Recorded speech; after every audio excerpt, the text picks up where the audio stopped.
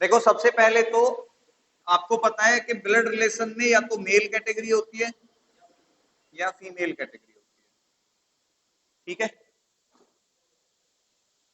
Blood relation में या तो मेल कैटेगरी होती है या फीमेल होती है। जब भी कोई मेल कैटेगरी का बंदा होगा हम उसे डिनोट करेंगे प्लस से, जब कोई फीमेल कैटेगरी का बंदा होगा हम उसे डिनोट करेंगे माइनस से। ठीक है, बात क्लियर? यहां तक कोई डाउट हो तो बताओ।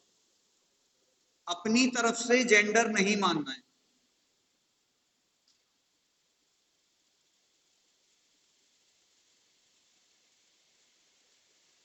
अपनी तरफ से जेंडर नहीं मानना है। ठीक है, उसके बाद दूसरी बात आएगी जनरेशन।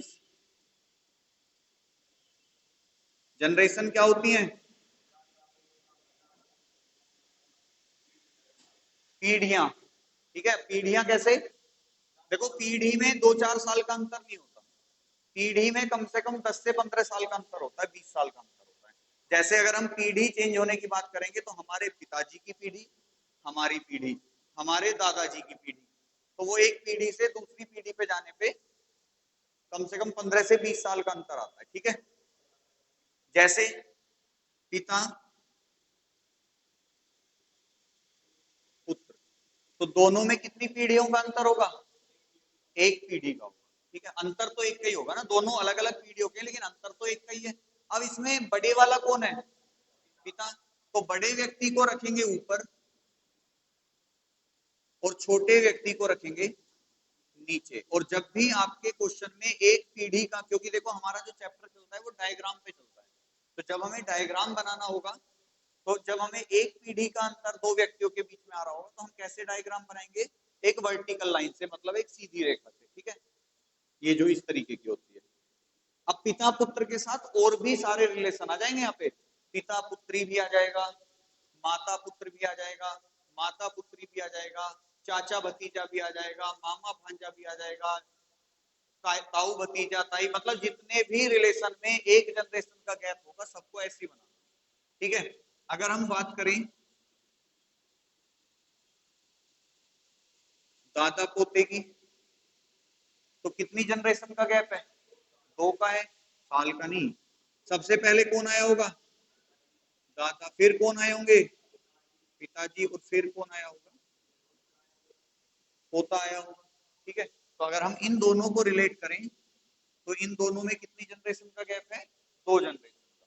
किसका? कि पहले दादा की पीढ़ी चली, फिर पिताजी की पीढ़ी चली, फिर कहीं जाके पोते की पीढ़ी आई। अगर मैं बात कर दूं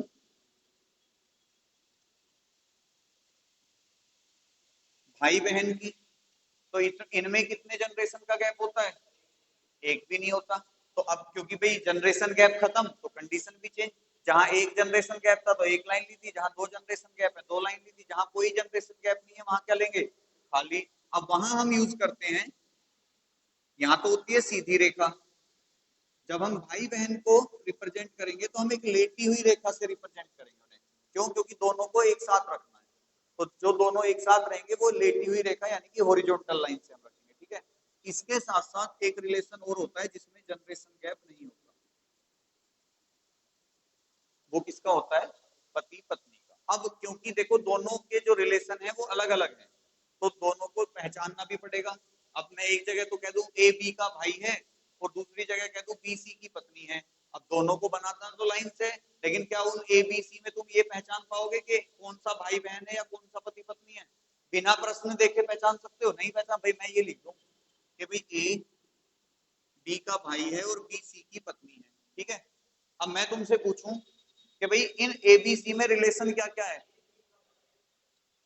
अब मैं क्वेश्चन भूल गए मान लो तुम, और तुम्हारे सामने ऐसे लाइन बनी आ गई, अब मैं तुमसे पूछूं बी और सी का रिलेशन बताओ, तो तुम तो भाई बहन कह सकते हो।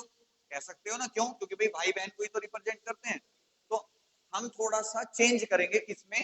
भाई बहन में और पति पत्नी में। जब भाई बहन का रिलेशन शो करना होगा तो सिंपल लाइन, पति पत्नी का रिलेशन शो करना होगा तो एरो बना देंगे। बस इतना, मतलब ये पहचान के लिए कि भाई अब ऐसे हो जाएगा कि ए और बी भाई हैं और बी और सी पति पत्नी। अब यहाँ पहचान हो जाएगी कि हाँ जी ये दोनों तो हस्बैंड वाइफ हैं, ये दोनों बहन भाई थे जो भी होंगे, तो अब ये दोनों अलग अलग पहचान हो गई इनकी। पहचान के लिए है बस कि एक में सिंपल लाइन और एक में एरो। ठीक है, पति पत्नी हो गया, भाई बहन हो गया, और क्या हो सकता है? और तो होगा नहीं कुछ। तो ये होती है पीढ़ियों के अंतर, इसे हम पीढ़ियों का अंतर कहते हैं।